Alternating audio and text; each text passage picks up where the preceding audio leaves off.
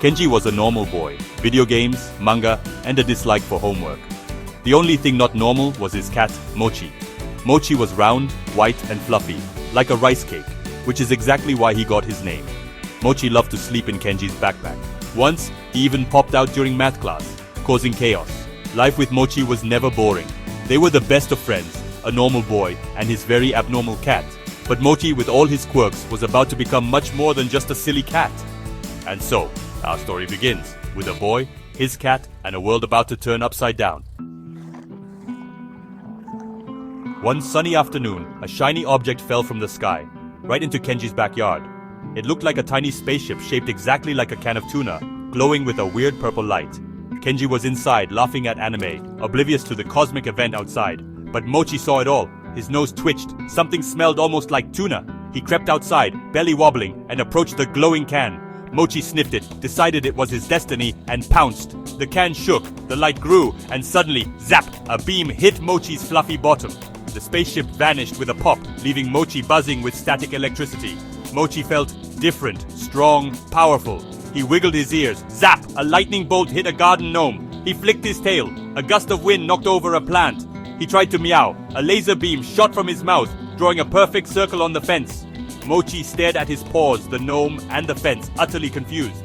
But one thing was clear. He was no longer just Mochi. He was now a super cat. Mochi's world had changed in an instant. He had powers he didn't understand, and a backyard full of evidence. Kenji, meanwhile, had no idea his cat had just become the most powerful creature in the neighborhood. Mochi's adventure as a super cat was about to begin. Sometimes destiny arrives in the form of a cosmic tuna can. Mochi was ready to embrace his new role, whatever that meant. The garden gnome, however, was not amused. Mochi's first act as a super cat, accidentally redecorating the backyard. But this was only the beginning. With great power comes great confusion, especially if you're a cat. Mochi's journey as a hero was about to get messy. And Kenji's wish for excitement? Granted, in the weirdest way possible. The cosmic tuna had done its job. Mochi was supercharged. The real adventure was about to start. Mochi, now Captain Mochi, felt a surge of heroism. His first mission, a little girl's red balloon floated away in the park. Mochi crouched, focused, and leapt way too high. He soared past the balloon over rooftops and realized he had no idea how to get down. Flapping his paws didn't help. Laser eyes went wild, zapping a weather vane and slicing a park bench. People stared, confused. Gravity took over, and Mochi tumbled down, yowling, heading straight for the muddy pond. At the last second, he flicked his tail, creating a gust of wind that pushed him sideways. He missed the pond but landed in a giant birthday cake at a children's party. Frosting and sprinkles flew everywhere. The balloon was forgotten. Captain Mochi, covered in cake, had failed his first mission. Being a hero was harder than it looked. Mochi's powers were unpredictable, and his landings were disastrous. But he wasn't ready to give up. The city needed a hero, even if it didn't know it yet. Mochi licked frosting off his paw, determined to try again. Every hero has a rough start. For Captain Mochi, it was a very sticky one. The adventure was just beginning, and the city had no idea what was coming next. Kenji finished his anime and went to find Mochi, but the cat was missing. He noticed chaos in the backyard, zapped gnome, laser fence, and then heard sirens outside. Peeking out, he saw an ice cream truck rolling down the street with no driver, music blaring. On the roof, Captain Mochi, trying to stop it. Mochi pushed with all his might, but the truck kept rolling. He tried laser eyes, aimed for the tire, but hit the giant ice cream cone on top instead. The strawberry scoop flew into a fountain, soaking pigeons. The truck sped toward a busy intersection. Mochi tried lightning ears, but zapped a traffic light instead. The light blinked every color, causing a traffic jam. Cars honked, people shouted, and the intersection became chaos. Captain Mochi had turned a small problem into a city-wide mess. He let out a sad meow. Mochi's heroics were only making things worse. Kenji realized his cat's powers were out of control. The city was in trouble, and only Kenji could help. Sometimes heroes need rescuing too. Kenji rushed outside, determined to save his friend and the city. The runaway truck, the traffic jam, and a super-powered cat disaster in the making. Mochi's next move could make things even crazier. The day was far from over. Kenji braced himself for whatever came next. Mochi, still on the truck, was not done yet. The adventure was about to get even messier. Kenji saw Mochi on the runaway truck, chaos everywhere. He realized his cat's powers were causing disaster after disaster. As the truck barreled toward Mr. Tanaka's noodle restaurant, Mochi had an idea. A noodle barrier. With a flash, every noodle in the restaurant teleported into the street. The truck plowed into the pile, spraying hot broth and ramen everywhere. The street flooded with soup, cars splashed, and people slipped on noodles. Mr. Tanaka fainted at the sight of his life's work covering the road. Mochi, now covered in frosting and ramen, looked utterly defeated. Kenji dodged flying noodles to reach his friend. The truck finally stopped, stuck in the noodle pile. Mochi's ears drooped, his tail limp. He was no longer a hero, just a soggy, sad cat. Kenji knew he couldn't be angry. Mochi was only trying to help, but his powers were too much. Sometimes, even the best intentions lead to disaster. Kenji had to find a way to fix the mess and help his friend. The city was a soup-soaked mess, but Kenji wasn't giving up. Mochi needed him now more than ever. The solution wouldn't be superpowers. It would be something much simpler. Kenji had an idea. The adventure wasn't over yet. It was time for a new plan. Kenji surveyed the chaos. Noodle River, traffic jam.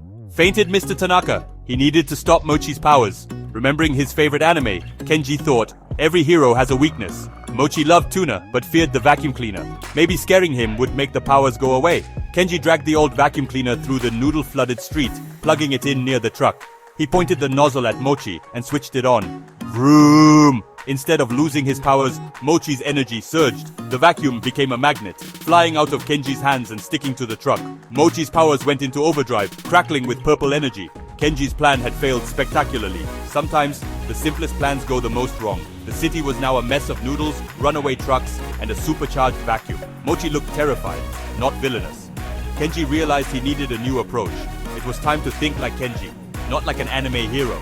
The answer wasn't fear, it was something familiar. Kenji reached into his pocket, searching for hope. Kenji's plan had backfired, and Mochi was overwhelmed by his own powers. Kenji realized big plans weren't the answer. He needed something simple, something only he and Mochi shared. He pulled out a piece of red string, Mochi's favorite toy. Kenji dangled the string, calling gently to Mochi. On the truck, Mochi's eyes flickered. The purple energy faded. He saw the string. His instincts took over. Mochi forgot about being a hero, the chaos, and the powers. He leaped from the truck, landing softly in the noodles. As his paws touched the ground, the superpower energy vanished in a puff of purple smoke. The vacuum fell off the truck. The traffic light returned to normal. Mochi was just Mochi again. He trotted to Kenji, batting at the string, purring loudly. The crisis was over. Sometimes the simplest things are the most powerful. Kenji and Mochi had saved the city, not with superpowers, but with friendship. The city could finally breathe again. Mochi was happy to be a normal cat. Kenji was happy to have his friend back. The adventure had ended with a string and a purr. Not all heroes wear capes, some just chase strings. Kenji smiled, knowing he'd found the real solution. Mochi purred, content at last. Peace had returned, at least until the next adventure. With Mochi back to normal, the city calmed down. Mr. Tanaka turned the noodle mess into a street festival, selling ramen to the crowd. The fire department washed the streets, and everyone laughed about the day's chaos. Kenji picked up Mochi, who was still a little sticky but purring happily. He realized he didn't need a superhero cat, just his silly, lovable friend. At home, Kenji gave Mochi a much-needed bath. Mochi tolerated it, knowing he deserved it. Wrapped in a towel, Mochi looked like a fluffy burrito. They curled up on the couch, Mochi purring in Kenji's lap. The adventure was over, and peace had returned. Mochi learned that being a hero was exhausting. His true calling was napping, chasing strings, and demanding tuna. Kenji learned that sometimes the simplest solutions are the best. Life with Mochi was never boring, but it was always full of love. The city would remember the day of the noodle flood. Kenji and Mochi would remember the power of friendship. And as Mochi drifted off to sleep, Kenji knew he wouldn't trade his peculiar pal for anything. Sometimes, all you need is a cat, a string, and a little bit of love.